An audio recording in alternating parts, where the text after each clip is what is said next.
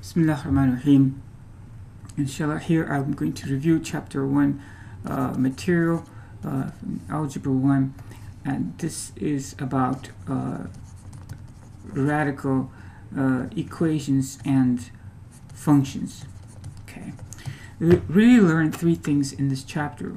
Okay, first was simplifying radical expressions.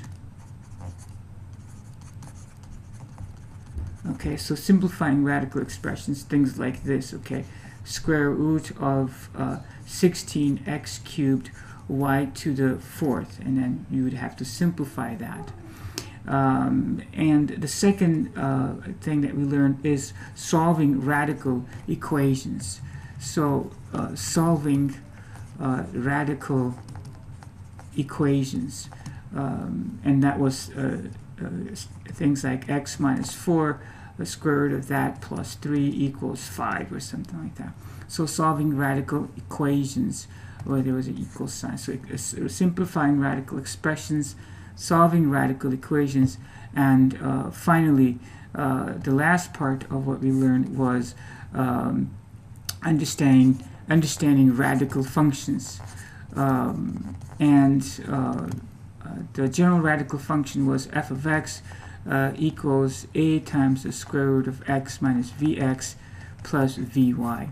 So that we learned this. So these are the three major topics of this chapter. I'm just going to briefly go over these as a review, inshallah. So simplifying radical expressions. So we learned that, for example, square root of 25 is 5. So when we say square root of something, means what number multiplied by itself will give you that. So square root of 25 is therefore 5. Therefore square root of x squared is x, because x times x is x squared. Okay. In the same way, therefore, if you have x to the fifth, right, this is x times x times x times x times x, right? So each pair of x's come out as 1. Okay, so we have 1 from here, 1 from here, so we have x squared times the square root of x. Okay, this is a basic principle and of simplifying radical expressions, as every pair of something comes out as 1. Okay, and the two rules that we learned were these. The radical of a times the quantity a times b is square root of a times square root of b, and the converse, square root of a times the square root of b is equal to square root of a times b, like this. So these are the two basic rules that allow us to do something like this. Okay, so just to give you one example of simplifying radical expressions, let's take this one. We have square root of 32 x to the fifth y to the fourth. Okay, if you wanted to simplify this, okay, you have to understand that this is like 16 times 2, right? This, and then you recognize that, well, 16 is a perfect square. That's 4 times 4. So square root of 32 therefore can be rewritten as square root of 16 times 2, which can be rewritten as square root of 16 times square root of 2. That's because square root of a times b is the square root of a square root of a times square root of b, right? So you can do that, and then this becomes 4 times square root of 2. Okay, so that's how you simplify square root of 32. This is the simplest form of writing this. But once you, that's the thought process behind simplifying this. But the way you would do this is you just say, okay, 32 is 16 times 2, like that. And then I can just take 16 out because it's a perfect square. So that becomes 4. Okay, and then you have to understand that this 2 remains inside the radical sign, or right this. Okay, and then you look at the x. You have 5 x's there. They come out as pairs, so 4 of them can come out. That would be x squared, right? And then 1 x will remain inside. Okay, and then y to the fourth, and that will be simplified as y squared, because they come out as pairs, so half of them come out. So this expression will simplify to something like this. Okay, So it's very important to be able to simplify radical expressions like this. Okay. One other thing that we learned is that we said that it's not desirable to have radicals in the denominator. So it's not preferable. As I usually like to say, it's not mathematical manners to have radicals in the denominator. So when you get rid of radicals from the denominator, that process is called rationalizing the denominator. So what you do is, here in this case, you multiply by square root of 2 to both numerator and denominator, because that will get rid of this radical sign in the denominator. So you get 3 times square root of 2 over square root of 2 times square root of 2 is just 2. So this is how you rationalize the denominator. Okay. Then there's another thing about rationalizing the denominator. If you have something like 3 over, 3 plus square root of 2.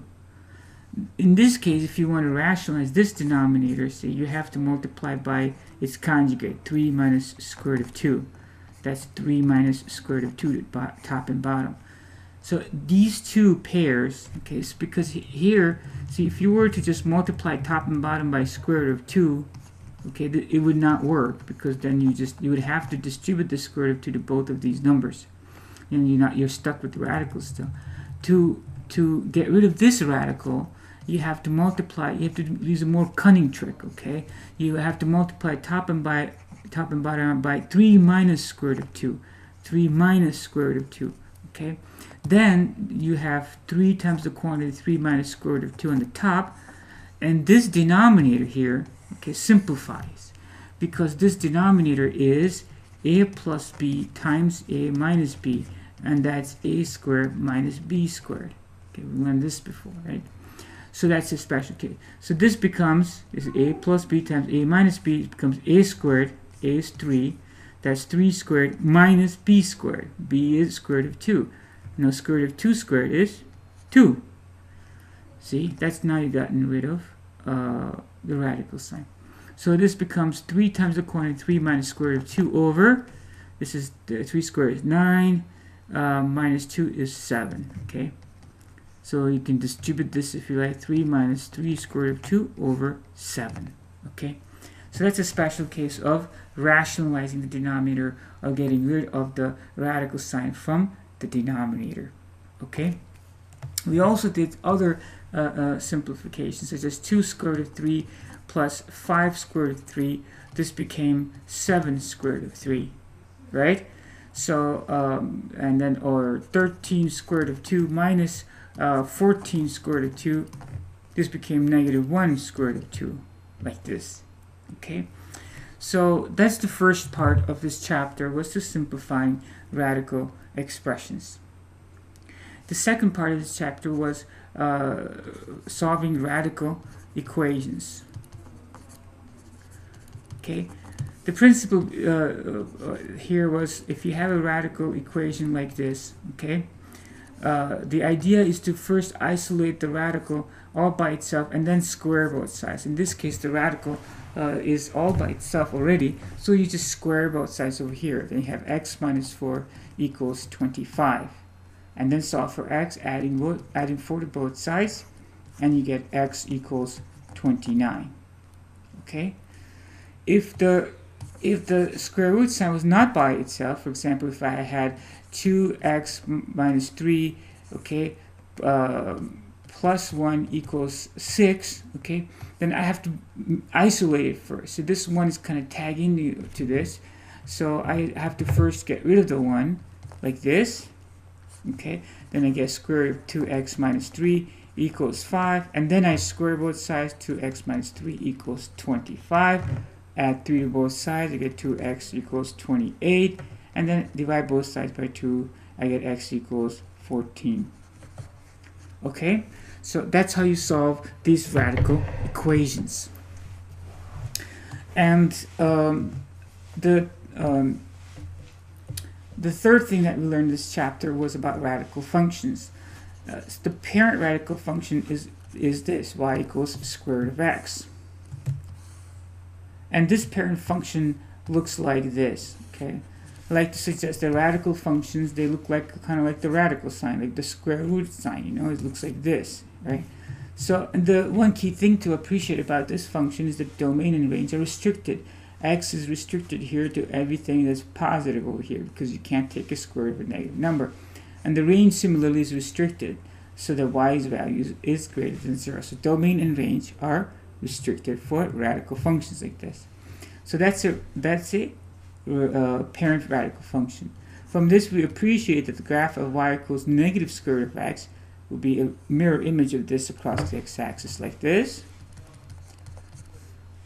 Okay, and if I give you a graph of y equals 3 times square root of x, this would be, they just go up faster like this. Okay, and then if I had y equals 1/2 the square root of x, it will go up slower like this, like that. Okay, this is being the parent function like this. And finally, if I had given you y equals square root of x plus 2, okay, it would be this parent function and it would just be moved up 2 units like this. Okay, starting from there. And in the end, then you summarize this by saying that the radical function is, in general, can be written as a times x minus vx plus vy. In this case, the pseudo-vertex, so to speak, that's this point over here in the parent function, is vx and vy. Okay, and that's the starting point of graphing radical functions. So if I give you an example like this, y equals 3 times square root of x minus 2 plus 3, the way you would graph that is, you appreciate that the pseudo-vertex, so to speak, the starting point, is going to be 2 and 3. Okay, that's this and this. Okay, and then you can draw like a little new xy axis because that's the graph is going to be moved over there. And this 3, that's the a, is positive, suggesting to me this graph will go like this and not like this. Okay, so once you have this vertex, then you need a couple of extra points. You can get another point over here. You can put a 3 over there. When you put 3 in there, you get y equals 3 times square root of 3 minus 2 is 1 plus 3. That's 3 plus 3, which is 6. That's the other point. And then you can graph the function like that.